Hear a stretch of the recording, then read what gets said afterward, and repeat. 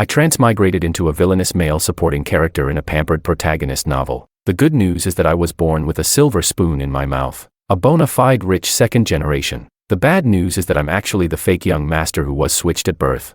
And the worst part, the entire family I ended up in has cheat abilities. Almost like they're hacking in a game. The true young master, the novel's male lead, has an omniscient perspective that reveals the entire plot. And the whole family can hear his inner thoughts. According to the original storyline, I repeatedly try to frame him. But each time his omniscient viewpoint exposes my schemes. That leads everyone in the family to see through me and despise me completely. So, when everyone was waiting to see if I'd try to set up Makoto once again, I, who was supposed to pretend to fall while going upstairs with my younger brother and then accuse him of tripping me, calmly stood up and said, "Sorry, I didn't eat enough this morning and got a bit hypoglycemic." Chapter 1. I transmigrated as George, the adopted son of the Wong Corporation. Because I have the rare panda blood type, I stayed in the Wong family so I could serve as an on-call blood source for their youngest daughter, Anna. Not long after, the true heir of the Wong family, Makoto, was finally found and brought home. Aside from me, the villainous supporting character, everyone in the family can hear Makoto's inner voice. According to the plot,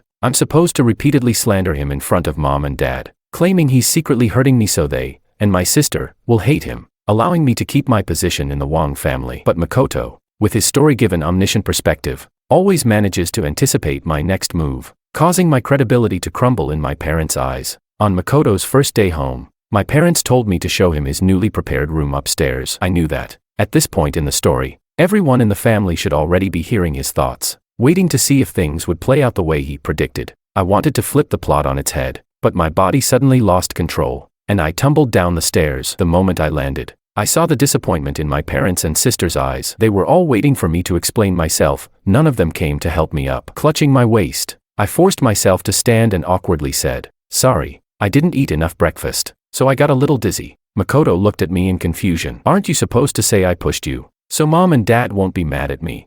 Mom, dad, and my sister wore the same skeptical expressions, but I just patted the dust off my clothes and shot back. "Do you have a persecution complex or something?" I said, "I'm just hypoglycemic." Then I looked at my sister Anna and reassured her. "Sorry, sis. I'll make sure to take better care of myself. I don't want you to worry about anything happening to me." Only then did Anna and my parents rush over to help me. 18 years ago, their only son, Makoto, was abducted by kidnappers and sold to a mountain village, leaving them devastated. In an attempt to ease their grief, they adopted me from an orphanage, specifically because I also have the rare panda blood type. They raised me as if I were their own child for 18 years. Showering me with affection. However, there was always a purpose behind their doting. 1. To groom me to become an asset to the Wong Corporation in the future. And 2. To serve as a walking blood bank for Anna. Anna was born prematurely and suffers from aplastic anemia, so she needs regular care from a private doctor and a small team wherever she goes. Besides providing her with blood if necessary, I also take on the roles of her bodyguard and caretaker. That's why the Wongs have always been so protective of me, and why Anna treats me like a real older brother. Chapter 2. Mrs. Wong took my hand gently and said, "George, your health really isn't the best. From now on, you can have that big room on the first floor." In the original plot, when Makoto first returned, the family hadn't yet cleaned up a proper room for him. The original George, hoping to show everyone he had no ambitions, insisted on giving up his second-floor room to Makoto, while he himself moved into a storage room to play the victim. But now, everything was different. Mrs. Wong was offering me the largest room on the first floor, the study and reading room used by her and Mr. Wong. At that moment, Makoto's inner voice started up again. "Hey, how fake. George is definitely going to refuse. He'll claim he's just an outsider and will insist on moving into the storage room to play the victim." The Wong family members, who could hear Makoto's thoughts, all looked a bit awkward. After all, it was strange for them to hear what their biological son was really thinking. They turned to see how I'd respond. I simply smiled and accepted Mrs. Wong's offer. "Thank you, Mom. I'll stay on the first floor. It'll be easier for me to come and go, and I'll be closer to my sister. If she needs anything, I'll be right here." Mr. and Mrs. Wong's bedroom and Anna's room were also on the first floor, so with me moving down as well, Makoto would be the only one living upstairs. He gave me a strange look when I didn't follow the script. He grabbed my arm and demanded, "Weren't you planning to refuse and insist on the storage room? Why'd you change your mind all of a sudden?" He couldn't understand why I wasn't saying the lines from the novel. I realized only certain key plot triggers forced my actions. The words I spoke were entirely up to me. I rolled my eyes and said, "Which ear of yours heard me say I wanted to live in the storage room?" We've got a perfectly good room, why would I give it up for a storage closet? Everyone else looked at Makoto curiously, unable to handle the pressure. Makoto kicked me hard, knocking me to the ground. He cursed. This isn't right. You're not even a real member of the Wong family. How dare you live under my name for all these years? And now that I'm back, you get the biggest room. You're all just trying to humiliate me. Why did you bother bringing me back at all? He turned on Mr. and Mrs. Wong and Anna, venting his years of resentment without distinction. But really, I had nothing to do with his kidnapping. I was only adopted from the orphanage afterward. Anna pulled me up. Heart aching at the sight of my fall, she glared at Makoto and snapped. You're being completely unreasonable. You're acting like a thug, hitting people for no reason. I bet you really did push my brother George just now. Makoto had grown up in the mountains since he was a child. Hearing his long-lost younger sister call him a thug sparked his fury. He immediately began smashing the family's decorations and ornaments. In no time, the room was a total wreck. Mr. Wong, head of the household, finally roared, "Enough. That's enough," and added, "George's health is our priority. He'll stay on the first floor. The entire second floor will be yours. Makoto, to do with as you please. Renovate it however you want. Is that fair?" Anna stared at him in anger while Mrs. Wong wiped away tears. Makoto, hearing that the entire luxurious second floor was now his, far more spacious than my single room, calmed down a bit and acted as if it was only right he should have it. Renovation soon began again. My room just needed some simple rearranging, but turning Makoto's second floor space into an esports room, home theater, and gym was a massive project. It took more than half a month before they finally wrapped up. The noise of renovation disturbed everyone, apart from Anna, who quarreled with him a few times. No one dared to say anything about it. Chapter 3. Now that Makoto had a room, his clothing situation was still dire. His clothes were tattered and worn. Seeing this, Mrs. Wong handed him a card, saying, "Makoto, I used to give George and Anna an annual allowance of 1 million each year. We've owed you for the past 18 years. So to make up for it, this card has 20 million on it. You can spend it however you like." The moment Makoto heard the amount, his eyes lit up, but as soon as he realized I had received the same treatment, his face fell,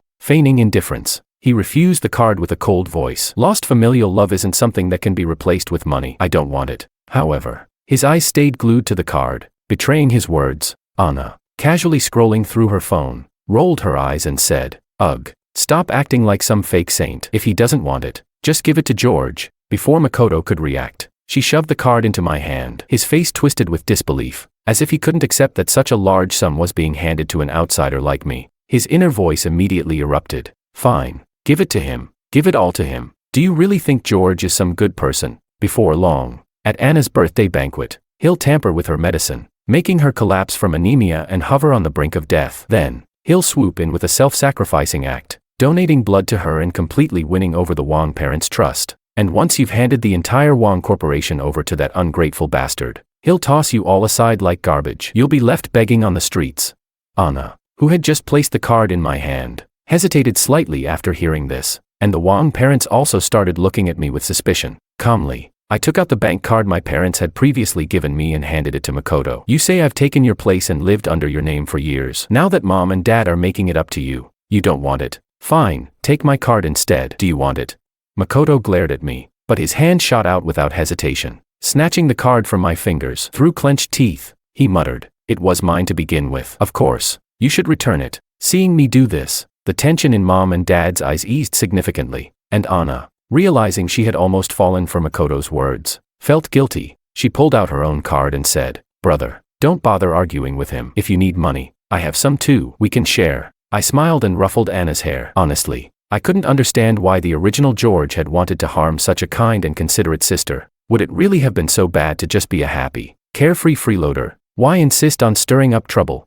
Chapter 4. Mrs. Wong took us shopping next. According to the original plot, I was supposed to act overly enthusiastic, treating Makoto like a long-lost brother while introducing him to high-end electronics, clothes, and shoes. But the real twist, as we left the store, I would secretly slip something into Makoto's pocket, setting him up for public humiliation. As the key plot event triggered, my body acted on its own. Without control, I stealthily slipped a Patek Philippe watch into Makoto's pocket. I wanted to step forward and pay for it, but I couldn't move an inch. Makoto's inner voice immediately started its usual commentary. "George, you really look down on me for growing up in the mountains, don't you? You just had to shove something unpaid into my pocket, framing me as a thief." Mrs. Wong and Anna, noticing my strange behavior, began to grow suspicious. Just then, Makoto slung his backpack over his shoulder and said, I don't like any of these things. Let's go. He stepped toward the store's exit, and just as expected, the security alarm blared. Mrs. Wang and Anna both stared at me in shock. A store employee quickly blocked our path. Excuse me, but could you please wait a moment? It seems an item may have left the store without being paid for. Cold sweat dripped down my back, and my heart pounded in my chest. Makoto, feigning innocence, smirked at me and said, "How should I know? If you think someone stole something, go ahead and search me. I don't mind." The employee checked his pockets and, sure enough, pulled out the watch, still with its price tag attached. Mrs. Wang's eyes widened in disbelief. Her hand trembled as she pointed at the watch. "That watch isn't." Before she could finish, the store assistant cut her off, her tone indifferent. "Apologies, but this watch doesn't belong to our store. I'll return it to you. Now, may we check the rest of you as well?" The watch was handed back to Makoto. His eyes went wide. Wasn't this supposed to be stolen merchandise? Why was it being returned to him? Then, when they searched me, they found a diamond brooch in my pocket. So, in the end, I was the one who had stolen something. The employee's expression darkened. "Sir, shoplifting is a serious offense. We may have to call the police." I had no way to explain myself, so I simply bowed my head in shame. Mrs. Wang quickly stepped in. "I'm terribly sorry. He hasn't been feeling well these past few days. He must have forgotten to pay. Our family can afford anything. There's no reason for him to steal." Since Mrs. Wang was a frequent shopper here, the staff recognized her and knew the Wangs were wealthy. It was hard to imagine a member of such a prestigious family resorting to theft. So, the store assistant nodded understandingly. "It must have been an honest mistake. I'll process your payment right away. Just a moment, please." Just as we were about to settle things, Makoto blocked the employee from leaving. He pointed at me and shouted, "No, he did it on purpose. He was trying to plant the stolen goods on me, but for some reason, he ended up keeping them himself. Don't be fooled."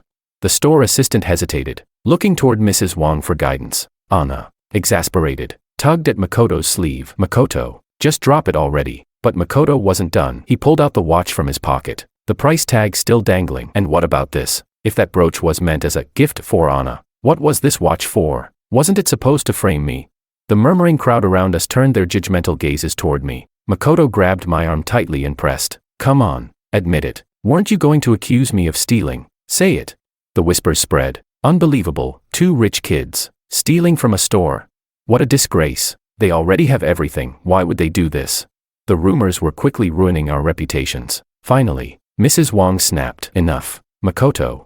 Seizing the moment, I lowered my head and confessed, "Mom, I'm sorry. I took the brooch. Anna's birthday is coming up, and I wanted to surprise her with a gift." Mrs. Wang and Anna exchanged glances, suddenly remembering that I had given my bank card to Makoto earlier that morning. It made sense. I had no money left to buy gifts. Makoto scoffed. "Oh, what a brilliant move, George. So the brooch was your sweet little secret present for Anna. And the watch, wasn't that supposed to frame me?"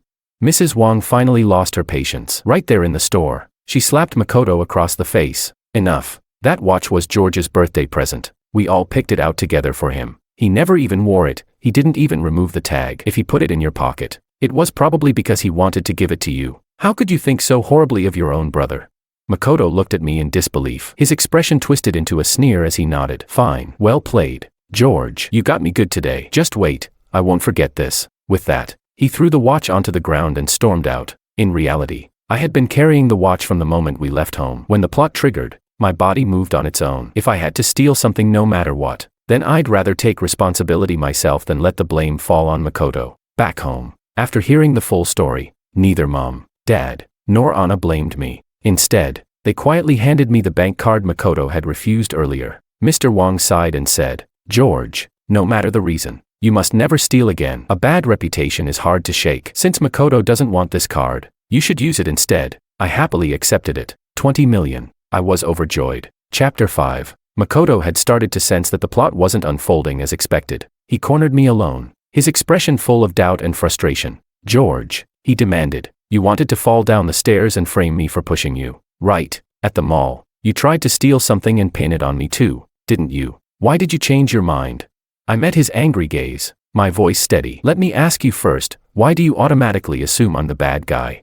His mouth opened slightly, but no words came out. In his mind, the answer was simple. According to the plot, I was the villain, a malicious supporting character destined to take over the Wang family's fortune while he, with his knowledge of the storyline and the family's ability to hear his thoughts, was supposed to be the beloved protagonist who prevented it all from happening. His jaw clenched. "If you're really not a bad person, then prove it to me at school tomorrow." With that, he stormed off. I sighed, feeling a headache coming on. I had almost forgotten, unlike at home, where the original George played the pitiful victim to bully Makoto. At school, things were much more blatant. The original George had openly isolated and tormented Makoto. How was I supposed to handle this now? Chapter 6. The next day at school, our homeroom teacher introduced Makoto to the elite class. As soon as the introductions were over, Makoto started his inner monologue again. The moment I head back to my seat, George is definitely going to pull my chair away, making me fall and embarrass myself. The classmates who could hear Makoto's thoughts exchanged bewildered glances. He hadn't spoken a word, yet they could hear everything in their heads. Still, curiosity got the better of them. They turned toward me, waiting to see if I'd actually do it. And, just as Makoto predicted, my foot moved on its own, hooking the chair away right as he was about to sit down. I quickly spoke up. Wait, don't sit yet. The teacher and classmates, who had just seen me pull away the chair, looked visibly disappointed. But hearing my warning, they became puzzled. I took my sleeve and wiped off the dust on the chair before smiling. It was dirty. Let me clean it off first. Relief washed over the room. Oh, Makoto, your brother really takes care of you, one classmate commented. The teacher nodded approvingly. That's right. Looks like you're being well taken care of now that you're back in the Wong family. Your brother is looking out for you. Even the teacher agreed. Makoto stared at me suspiciously. You were definitely going to pull the chair away to make me fall. Why did you change your mind? I shook my head and feigned innocence. I have no idea what you're talking about. You misunderstood me. Since he hadn't actually fallen, he had no evidence to accuse me in front of everyone. Though furious, he had no choice but to sit down and let the lesson begin. But then, his thoughts started up again. I don't have proof now, but just wait. During break, George's cronies will pull a love letter from my desk and claim I wrote it to Willow, the school's most popular girl. They'll humiliate me, saying I'm a toad lusting after a swan, and Willow will hate me on my first day. The students who heard his thoughts frowned in concern. Meanwhile, I was too busy feeling relieved that I had avoided disaster earlier to notice the way the class was looking at me. When the break bell rang, my two closest buddies approached me. One of them shot me a knowing look and whispered, George, it's all set. Just give the signal, and we'll do it. That's when it hit me. This was another scripted event from the original storyline. This time, it involved Willow, our school's resident beauty and a high society heiress. Many rich kids tried to impress her, hoping to win her favor. Again, my body betrayed me. I nodded, but at the same time, my mouth blurted, no, don't do it. It was useless. Just like in the original plot, my two friends flanked Makoto and grinned. Makoto, what did you bring on your first day? Hey, what's this in your desk? With exaggerated flair, they pulled out an envelope and read it aloud. Willow, the first time I saw you, I felt like I had seen you in a dream. I like you and really hope we can be friends. P.S. Wong family's young master. Silence filled the room. I stiffened in my seat, feeling every pair of eyes land on me. Before Makoto returned, Wong family's young master had always referred to me. But now, with Makoto back, the title naturally pointed to him. Realization dawned upon my classmates. Oh my god, Makoto's thoughts were right all along. I can't believe George would actually do this. Why would he? He already took Makoto's identity for years, and now he's trying to humiliate him too. Willow frowned and walked over. Without hesitation, she snatched the letter and threw it in the trash. Her icy gaze landed on me. It's his first day. Why would Makoto do something like this? I hope whoever is behind this nonsense knows when to stop. Makoto, finally witnessing a moment from the original plot unfolding as expected, became overwhelmed. Tears streamed down his face. The class buzzed with sympathy for him, and their resentment toward me grew. One student scoffed. George, you're seriously too much. He's the real Wong heir, and you're just some outsider. Yeah, you've already lived off his family for years, and now you're jealous of him too. Their words cut like knives, drowning in accusations. I made a split-second decision. I wrote that letter, I admitted. The classroom fell silent for a beat, then erupted into chaos. Now that I had admitted it, the class had even more reason to attack me. But I wasn't done. I was going to ask Makoto to pass it to Willow for me. I added quickly. But since everyone already knows about it, taking a deep breath, I walked over to the trash, fished out the letter, and stood in front of Willow. I steadied myself, locked eyes with her, and said, Willow, I like you. Will you be my girlfriend? The entire room exploded. No way. George actually likes Willow. I almost thought Makoto was getting framed, but it turns out George was serious. Even students from the neighboring classes rushed over, eager to witness the commotion. What's going on? Someone's confessing. Come watch. The classroom became so crowded that no one could move. Willow's face turned as red as a tomato. She had plenty of admirers, but no one had ever confessed to her so publicly before. The crowd began chanting, "Say yes, say yes." Meanwhile, Makoto realized something was off. He slammed his desk and shouted, "Shut up, that's not what's happening. Willow, don't be fooled. He doesn't really like you." Some students frowned at him. What's Makoto's problem? Does he just want attention? Willow hesitated and glanced at me with suspicion. Is that true? To prove myself, I started listing everything I knew about her. You love crabapple flowers and hate roses. You prefer white over black. You enjoy baking but dislike spicy food. After hearing this, the class collectively gasped. Makoto, being new to school, knew nothing about Willow's preferences, but I did, and to them, that meant I was genuine. Wow, George really does love Willow. Someone sighed. Yeah, I wish my boyfriend knew me that well. Willow's face was practically steaming. She stammered, I am sorry. I don't feel that way. Let's just be friends. I let out a relieved sigh. Crisis averted. Unfortunately, all the noise had attracted a teacher, who promptly dragged me to the office. There, I was scolded about focusing on my studies and avoiding distractions like dating. I could only smile bitterly and nod along. What else could I do? I was just trying to fight fire with fire. Chapter 7. After everything that had happened, Makoto declared that he never wanted to return to school again. He insisted on studying at home, self-learning at his own pace. Our parents, unable to change his mind, ended up hiring several private tutors for one-on-one lessons. But instead of studying, Makoto spent most of his time in his esports room, playing games. I sighed, resting my chin on my hand. With Makoto refusing to go to school, those ridiculous school bullying plotlines would never unfold. That was a relief. Yet, even as I relaxed, my gaze drifted toward Anna. Would that future event still happen? That was the real concern. As the tense atmosphere of studying took over, time flew by, and soon, the college entrance exams were over. Thanks to Wang family's excellent educational resources, my grades were consistently top tier. Getting into a good university would be effortless. Makoto, on the other hand, was terrible at academics, but because of his protagonist halo, his dedication to gaming paid off. He entered an international esports tournament solo and won first place. Big corporations lined up, eager to sign him. With his newfound success, our parents were overjoyed, and even Anna looked at him with a bit of admiration. For the first time, I found myself genuinely envious of him. Without those absurd plot events forcing conflicts, I wasn't sure where my future in this world was headed. How could I live freely and happily here? As I pondered my next steps, an unexpected guest arrived, Willow. She sat in our living room, holding documents for an international research program. Mrs. Wang greeted her with a warm smile and served her tea. Her visit stunned everyone. The Liu family's wealth and influence far surpassed the Wang family by several levels. Many people had tried to curry favor with them, but never had the esteemed Miss Liu personally visited the Wang residence. And yet, here she was. Makoto, eavesdropping from the side, was brimming with excitement. Of course, I'm the protagonist of this world. Plus, I just won a global esports championship. It's only natural that the heroine is here for me. She's pretty and rich. Fine. I'll entertain her for a while. His smug expression didn't last long. Willow turned to me and said, George, I need a partner for this research program. You have great qualifications. Would you like to join me? Makoto's face instantly darkened. His expression twisted in shock. Wait, you came for George?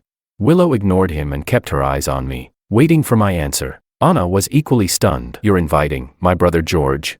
Willow nodded at her politely. Anna's expression stiffened. Even our parents seemed unsure whether to be pleased or concerned. I scratched my cheek awkwardly. Makoto, on the other hand, was absolutely livid. He's just an adopted son of the Wang family. Without them, he's nothing. Why would you invite him? He snapped. Mrs. Wang gently tugged at Makoto's sleeve, embarrassed by his lack of decorum. This was Miss Liu, after all, someone of immense status. And here he was, shouting at her in their own home. Yet Willow remained unbothered. She responded calmly, who I choose to invite is my own decision. It has nothing to do with you. Makoto clenched his fists in frustration. Inside, his thoughts were boiling with rage. You ungrateful woman, you'll regret this. Anna's birthday is coming soon. George still has to tamper with her medicine, putting her life at risk so he can heroically save her. There's no way he'll leave for some research trip. Just wait. Anna won't live much longer. His inner voice echoed in the silent room. Everyone froze. And just like that, my body reacted. I shook my head and declined, saying,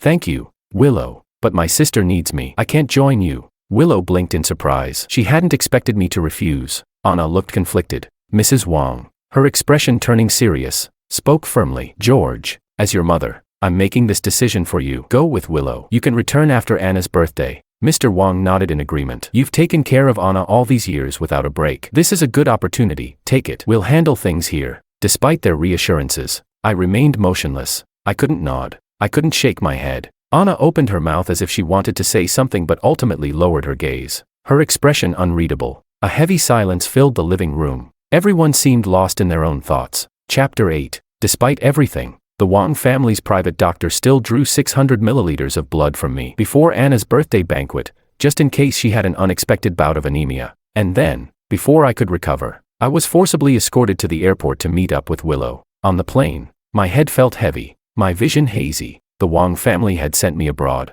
preventing me from attending Anna's birthday banquet. In a way, I had finally escaped the original plot. That meant the crucial scene where Anna's medicine was switched wouldn't happen. I was finally free from the storyline's grip. My body and actions were once again my own. I should have felt relieved, but an uneasy feeling lingered in my chest. As I stared blankly out the window, Willow's voice pulled me back. "Do you know why I chose you as my partner for this research program?" she asked. I turned to look at her. Those clear, innocent eyes held no malice. Grinning, I teased, "Could it be that you've secretly had a crush on me all along?" She chuckled and shook her head but didn't deny it outright. Then, she leaned in slightly and said, "I didn't bring any bodyguards or assistants with me this time. Let's make a deal." Several hours later, we arrived safely at our destination. I had assumed that attending a research program would be exhausting, filled with seminars and projects, but instead, all I had to do was accompany Willow as she ate, drank, and enjoyed herself. Unexpectedly, Anna showed up. At that moment, Willow and I were dining in a restaurant when Anna approached us, looking nervous and uncertain. "Brother." "I'm sorry, am I interrupting?" I frowned in confusion. Before I could respond, Willow had already stood up to welcome her. Come, you must be George's sister, right? Join us," she said enthusiastically, signaling for a waiter to bring another chair. But Anna declined, her sharp gaze locking onto me. "I don't want to face the birthday banquet alone," she admitted. "Without you there, I'm scared." I stiffened. What was wrong with this ridiculous world? I had thought I'd successfully escaped the crucial plot event, but now Anna had chased me all the way here to bring me back. I wanted to ask her, "Aren't you afraid Makoto was right? Aren't you afraid I might swap your medicine and kill you?" But the moment I tried, my jaw locked, and no sound came out. The storyline's grip on me still wasn't completely gone. The most I could manage was a single question: why? Anna lowered her gaze, her voice soft as she revealed the truth. The Wang family's purpose for hosting the banquet wasn't just to celebrate her birthday. It was to find her a suitable fiancé for an arranged marriage. This man would need to accept her chronic illness, her frail health, and most importantly, the fact that she couldn't bear children. Since such a match was unlikely to be found among the elite families, the Wangs had started considering candidates from less powerful backgrounds, someone who would be grateful enough for the alliance that they wouldn't mind her condition. Anna bit her lip before finally voicing the decision she had been suppressing for a long time. "If that's the case," she said firmly, "then I would rather stay with you forever." Her voice was steady, but there was a vulnerability in her eyes. "I know you won't abandon me. I know you won't hurt me. Right, brother?" Beside us, Willow's expression froze in shock. Even I was left speechless. So this was another hidden subplot in the novel. No wonder the original George had acted out so desperately, trying to break free from the Wang family's grasp. I wanted to refuse, but the moment a key character appeared, my body betrayed me once again. To my horror, I found myself nodding. Willow stared at me, completely stunned. Her disbelief was clear in her eyes as she watched me leave with Anna. Chapter 9. On the day of Anna's birthday, my unexpected return to the Wang estate was met with shock and disappointment. Mr. Wang's face darkened as he scolded me. "Why did you come back? Didn't we tell you to stay abroad until after the banquet?" Mrs. Wang, clearly on edge, immediately pulled Anna away from me. "Anna, don't get too close to your brother," she warned. "And don't worry about the medicine, we've already had the private doctor prepare a fresh batch." But Anna refused to be separated from me. She pulled away from Mrs. Wang's grasp and retrieved a small medical kit I had once prepared for her. "Mom, Dad, I want to prove to you that my brother loves me more than anyone in this world. He would never hurt me," she declared. Without hesitation, she grabbed the medicine and swallowed it. Mr. and Mrs. Wang rushed forward to stop her, but it was too late. Makoto watched with amusement, his inner voice echoing through the minds of those who could hear it. "Heh, that idiot Anna is finally going to die. Now, you two old fools will finally see who the real Wang bloodline belongs to." But Anna showed no signs of distress. Alarmed, the Wang parents called the private doctor to examine the pills. To everyone's shock, the medication had indeed been switched, but it wasn't poison. It was just ordinary vitamin supplements. I patted my chest in relief. Luckily, I had anticipated this and prepared accordingly. Makoto, unwilling to accept the outcome, grabbed the private doctor by the collar and punched him. "You're lying," he roared. "George must have put poison in there." The Wang parents, shaken, turned to me with hesitant eyes. George, Mr. Wang's voice wavered. If you didn't plan to harm your sister, why did you switch her medicine? Was it just to go against Makoto? Mrs. Wang asked, equally confused. I sighed. I couldn't reveal the truth about the storyline, no matter how much I wanted to. Instead, I made my own request. I want to leave the Wang family. The moment I spoke, Anna let out a piercing scream. No, I won't allow it. She clutched her head, trembling violently. Then, all of a sudden, she collapsed. Her body, already weak, couldn't handle the emotional distress. The lack of oxygen in her blood caused her to faint on the spot. The scene spiraled into chaos. The birthday banquet, which had been meant to celebrate her, ended abruptly. I never expected that simply requesting to leave the Wang family would provoke such an extreme reaction from Anna. Later that night, the Wang parents spoke with Anna for a long time before calling me into a private meeting. They sat solemnly in the study, a stack of documents in front of them. Mr. Wang adjusted his glasses and sighed. George, you're a good kid. We don't approve of you constantly talking about leaving. Mrs. Wang's voice was gentle but firm. That's right. We've raised you for so many years, and the Wang Corporation's future depends on you. You can't just walk away. I stayed silent. I had once thought the role of the villainous supporting character was a simple one, to make trouble, fail, and get cast aside. But now, I realized that my life as the fake young master was far more complicated than that. Being adopted into this wealthy family had given me comfort and privilege, but it had also taken away my freedom. Then, Mr. Wang opened the document folder in front of him. It was a marriage agreement. He looked me in the eye and said, Anna has already explained everything to us. Since you don't intend to harm her, we're willing to trust you. If you take care of Anna for the rest of her life, we will give you 20% of the Wang Corporation's shares. Mrs. Wang gently took my hand. As long as you continue to support the Wang family and care for Anna, we will always be a loving family. I stared at them. To me, Anna was just my little sister, someone I had grown up with and protected, but the powerful force of the storyline wouldn't let me refuse. No matter how much I wanted to reject the offer, my body wouldn't let me. Instead, I found myself nodding in agreement. I had no choice. For now, I could only pretend to go along with it. I would have to find a way to escape later. Chapter 10. After the Wang elders left, I planned to slip out of the estate under the cover of night, but they had anticipated my move. Guards had been stationed throughout the mansion, ensuring I couldn't escape. My phone had also been confiscated, cutting me off from the outside world. Frustrated,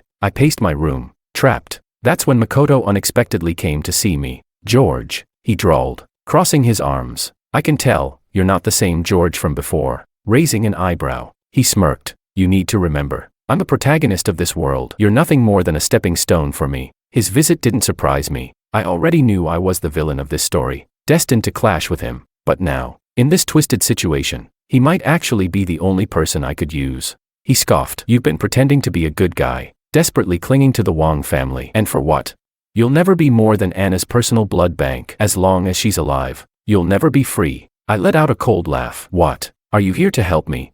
Makoto grinned wickedly and stepped closer, pulling a small pillbox from his pocket. He held it up between his fingers. You should have just followed your original script, quietly poison Anna. If she's dead, the Wang family will finally fear you enough to kick you out. He smirked. And when that happens, I'll help you escape abroad. You'll finally get the freedom you want. I stared at him, stunned. So this was how little he cared about his own sister. Was I really supposed to accept that the only way to break free was to follow the original script and become a killer?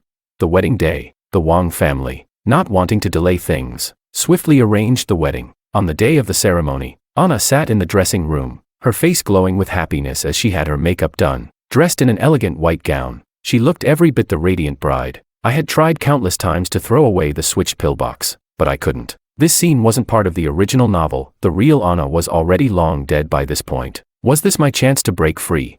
Or was I still bound to the story's control? With a heavy heart, I found myself handing Anna the poison pills. Maybe I have to go along with the plot first before I can finally break free. Makoto, as Anna's biological brother and my best man, straightened her veil. With an unmistakable sneer, he murmured, "Congratulations, you got what you wanted. Enjoy your wedding. This will be the most unforgettable moment of your life." His words dripped with sarcasm, but Anna simply smiled at him before turning to take my arm. "Brother," she said cheerfully, "the ceremony is about to start. Let's go." As we reached the grand entrance of the banquet hall, the Wang parents were already waiting. Their private doctor approached, reminding her, "Miss, please take your medicine before we begin, just to be safe." Anna obediently opened the pillbox. I swallowed hard, unable to move even an inch. Then, a voice suddenly rang out, "Wait, that medicine has been tampered with." Don't take it. It was Willow. The Wang family had deliberately kept the wedding low profile, inviting only close relatives and a handful of business associates. How had she even gotten in? The moment she spoke, the Wang parents' expressions darkened as they turned to me. Makoto, shockingly, stepped in to defend me. Don't listen to this woman, he scoffed. Didn't George already prove he wouldn't hurt Anna? If he really wanted her dead, he would have done it last time. His argument almost convinced them, but Willow wasn't bluffing. She snatched the pill box from Anna's hands and passed it to the Wang family's private doctor. Seconds later, the doctor's face paled. The pills, they've been swapped. If Miss Anna had taken these, she would have died. Anna's breath hitched. Tears welled up in her eyes as she turned to me. Her voice trembled. Brother, were you really going to kill me? I didn't answer. Instead, I turned my back on them. Mom, Dad, I'm sorry, I said flatly, but I will not marry Anna. You should listen to Makoto. I'm just an adopted outsider. Keeping me here will only bring disaster upon your family. Makoto's jaw dropped. This wasn't the plan. I was supposed to kill Anna, not walk away from everything. His eyes darted toward Willow before something clicked in his mind. You stole my phone, he suddenly blurted. The realization hit him like a truck. That night, when I had taken the poison pills from him, I had also swiped his phone. Using it, I had sent a message to Willow. Her response had been simple. I accept your deal. Once she confirmed, I deleted the messages and tossed the phone into the garden fountain. By exposing the poison, Willow had completely shattered the main storyline. The grip of the plot had finally loosened. I was free to act on my own again. Ignoring Makoto's outburst, I turned back to Mr. and Mrs. Wang. I've already made an agreement with Willow. I told them I'll work for the Liu family for 5 years. In exchange, they'll compensate you for all the money you spent raising me.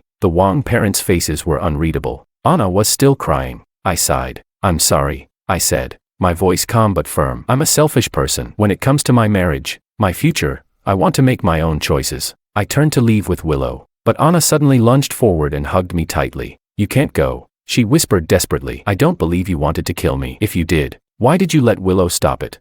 I pried her arms off me and kept walking, but she wasn't done. She wiped her tears and said, the Liu family isn't some paradise, they're just an even bigger mess. She's only using you. She wasn't wrong. In this world, I had no real power or status. No matter where I went, I'd always be used by someone, but at least now, I had the choice to be used by someone else. No matter how slim my chances of freedom were, I'd fight for them. Just as I was about to leave, the Wang parents blocked my way. Do you think the Wang family is some cheap-in? Mr. Wang snapped. You can't just come and go as you please. But then, Willow spoke up. He's a Liu now. She reminded them smoothly. If I recall, the Wang family still relies on Liu resources for several key projects. Are you really willing to sever those ties over an adopted son?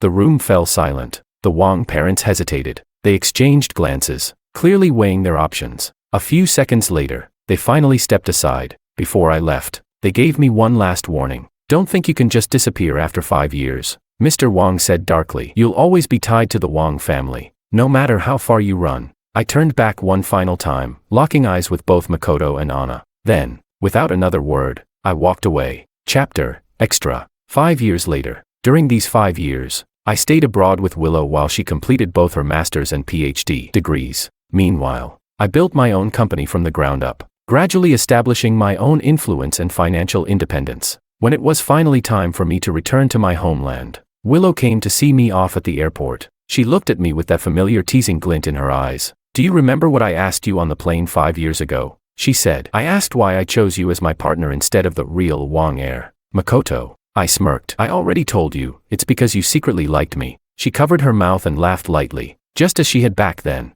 But this time, she gave me a real answer. It's because you were the first person brave enough to break the rules, she said. All those people who tried to pursue me, they only saw the Liu family's power. They wanted what was behind me, not me. She smiled faintly, her gaze thoughtful. The Liu family is a deep and dangerous swamp, she continued. Looking back, I know now, I chose the right person 5 years ago. Thank you. As she spoke, the 30-centimeter scar on my back began to itch again, a bitter reminder of the brutal inheritance wars within the Liu family. Behind the glamorous facade of elite families, heirs fought in the shadows for more power, resorting to manipulation, violence, and bloodshed. None of this was something that Makoto, a spoiled rich kid who only cared about gaming and threw tantrums at the slightest inconvenience, could ever have handled. I exhaled and adjusted my bag. I'm going now. With that, I parted ways with Willow and boarded my flight home. Back in the Wang family, the Liu family had always kept tabs on the Wang family's movements over the past 5 years. After I left, things took an unexpected turn.